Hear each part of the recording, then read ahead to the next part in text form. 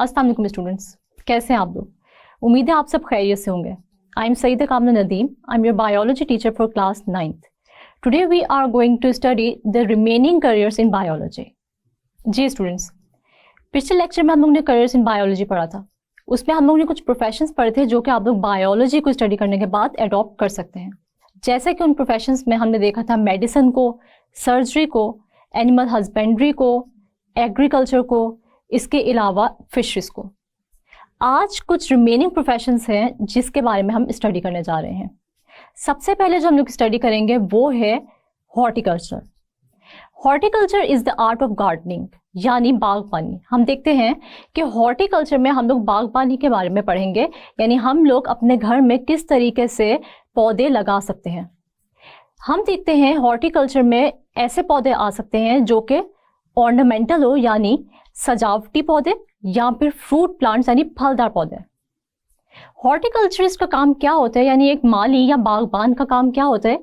तो उसका काम ये होता है कि वो जो पहले से मौजूद ऑर्नामेंटल प्लांट्स या फ्रूट प्लांट्स होते हैं उनको उनकी ग्रोथ में इम्प्रूवमेंट लाए, और इसके अलावा नई वैरायटीज जो भी आई हैं ऑर्नामेंटल प्लांट्स की या फ्रूट प्लांट्स की, उनको भी हमारे गार्डन में लगाए।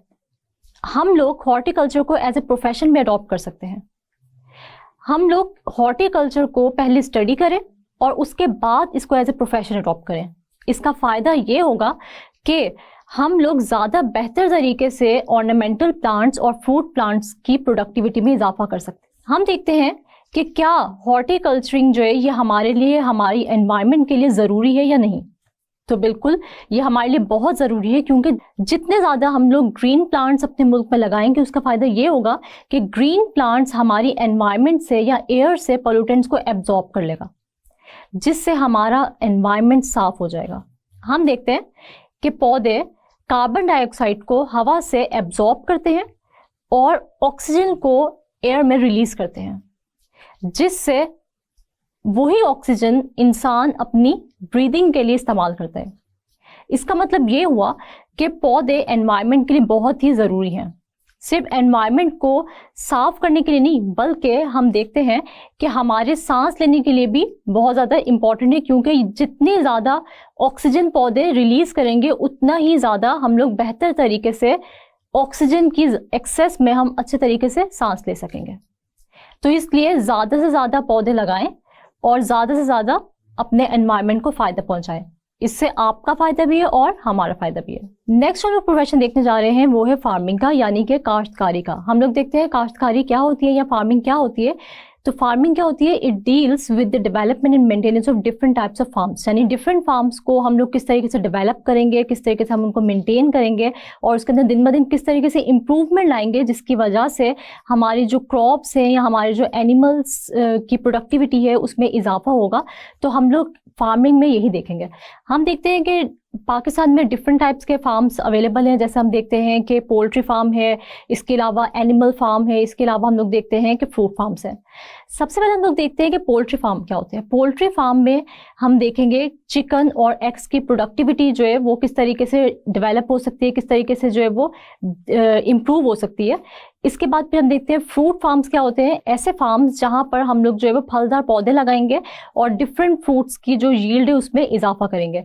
फिर हम लोग देखते हैं कि एनिमल फार्म्स क्या होते हैं। एनिमल फार्म्स में हम ऐसी टेक्नोलॉजी इस्तेमाल करेंगे जिसकी वजह से जो है वो एनिमल की प्रोडक्टिविटी में, चाहे वो मिल्क हो या उसके गोश्त की जो क्वांटिटी है वो हो, उसमें दिन ब दिन जो है वो इजाफा होगा, जिसकी वजह से हम लोग को ज़्यादा जो है वो अच्छी क्वालिटी का जो है वो मीट भी अवेलेबल होगा और इसके अलावा हमें अच्छी क्वालिटी का मिल्क भी अवेलेबल होगा। अगर हम लोग जो है वो फार्मिंग को एज ए प्रोफेशन अडॉप्ट करना चाहते हैं तो उसके लिए हमें जो है वो स्टडी करना पड़ेगा बायोलॉजी को, इसके अलावा जोलॉजी को, एनिमल हस्बेंड्री को, या फिर हम लोग स्टडी करेंगे फार्मिंग को।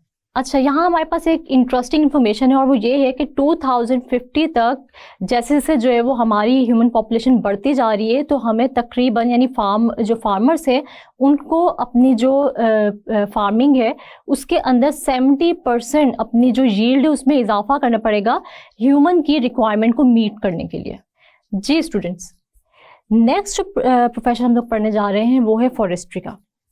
फॉरेस्ट्री क्या होती है कि it is the profession which looks after the natural forest and advices the government for planting and growing artificial forest. यानी इस प्रोफेशन में हम लोग ये देखते हैं कि जो ऑलरेडी नेचर फॉरेस्ट हमारे पास अवेलेबल हैं, हम लोग उनको किस तरीके से मेंटेन करना है, उनका किस तरीके से ख्याल करना है। हम लोग क्या करते हैं कि फॉरेस्ट्री डिपार्टमेंट जो है वो गवर्नमेंट को एडवाइस करता है कि अगर कहीं पर भी जंगलात लगाने की ज़रूरत है या नए दरख्त उगाने की ज़रूरत है तो वहाँ पर जो है वो नए दरख्त उगाए जाए। इस तरह हमारी जो मुल्क है उसके अंदर ग्रीनरी में इजाफा होगा और हमारा एनवायरनमेंट भी पोल्यूशन फ्री रहेगा। हम लोग देखते हैं कि फॉरेस्ट्री जो लोग फॉरेस्ट्री को एज अ प्रोफेशन अडॉप्ट करना चाहते हैं उनके लिए ज़रूरी है कि वो मास्टर्स या ग्रेजुएशन लेवल पे जो है वो ज़ूलॉजी को, बॉटनी को या बायोलॉजी को स्टडी करें, क्योंकि इससे फ़ायदा ये होगा कि जब वो एज अ प्रोफेशन उसको पढ़ लिख कर अडॉप्ट करेंगे तो उनको ज़्यादा बेहतर अंदाज में जो है वो उन वैरायटीज़ ऑफ प्लांट्स के बारे में भी सारा कुछ नॉलेज होगा। इसके अलावा जो है वहाँ पर जंगलात में रहने वाले जो एनिमल्स हैं उनके बारे में भी ज़्यादा नॉलेज होगा, जिसकी वजह से वो ज़्यादा बेहतर तरीके से किसी भी जंगल को जो है वो मेंटेन भी कर सकते हैं और उसके अंदर जो है वो इम्प्रूवमेंट, उसकी ग्रोथ में जो है वो क्या कर सकते हैं, इम्प्रूवमेंट भी ला सकते हैं। जी स्टूडेंट्स, क्या आप जानते हैं कि पाकिस्तान का बिगेस्ट फॉरेस्ट कौन सा है? तो छांगा मांगा है जो कि पाकिस्तान का बिगेस्ट फॉरेस्ट है। ये 12,515 एकड़ रकबे पर फैला हुआ है। इसके अलावा ये 1866 में इस्टेब्लिश हुआ था। हम देखते हैं कि ये किसके अंडर आता है, तो ये आता है पंजाब गवर्नमेंट ऑफ पाकिस्तान के अंडर। अब जो प्रोफेशन लोग पढ़ने जा रहे हैं वो है बायोटेक्नोलॉजी का। बायोटेक्नोलॉजी एक लेटेस्ट फील्ड है बायोलॉजी की। सबसे पहले जो वर्ड इस्तेमाल किया था बायोटेक्नोलॉजी का वो एक एग्रीकल्चर इंजीनियर था, उसने इस्तेमाल किया था और वो था कैरोले एरिके इन 1919।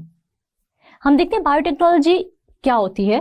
Biotechnology is the practical application of living organisms to make the products for the welfare of Mankind.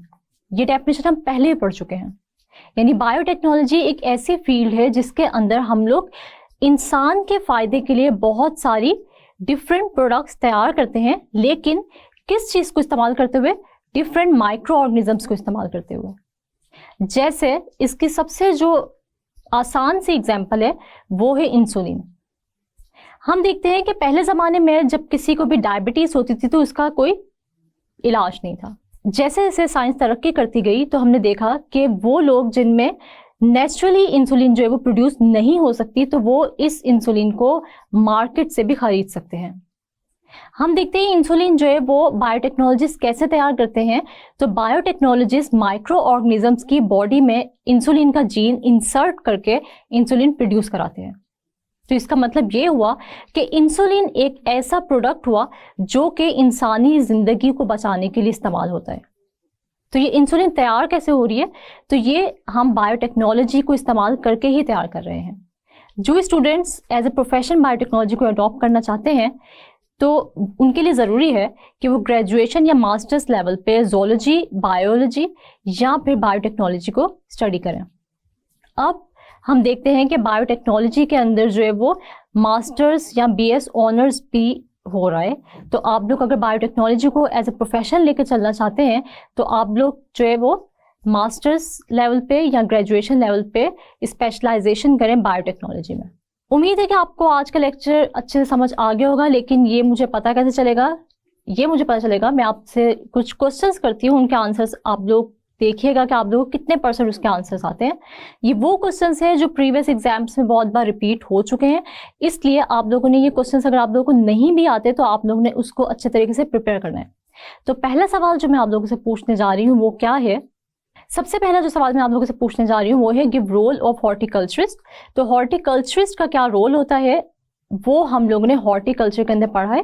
Horticulturist works for the betterment of existing varieties of ornamental and fruit plants and grow new varieties of ornamental and fruit plants। यानी अगर मैं इसको आसान लफ्जों में आपको बताऊं तो horticulturist क्या काम करता है कि जो पहले से मौजूद ऑर्नामेंटल प्लांट्स या फ्रूट प्लांट्स होते हैं उनकी देखभाल करते हैं, उसके अंदर जो है वो इम्प्रूवमेंट लाते हैं और नए जो वैरायटीज होती हैं ऑर्नामेंटल प्लांट्स की या फ्रूट प्लांट्स की उनको लगाता है।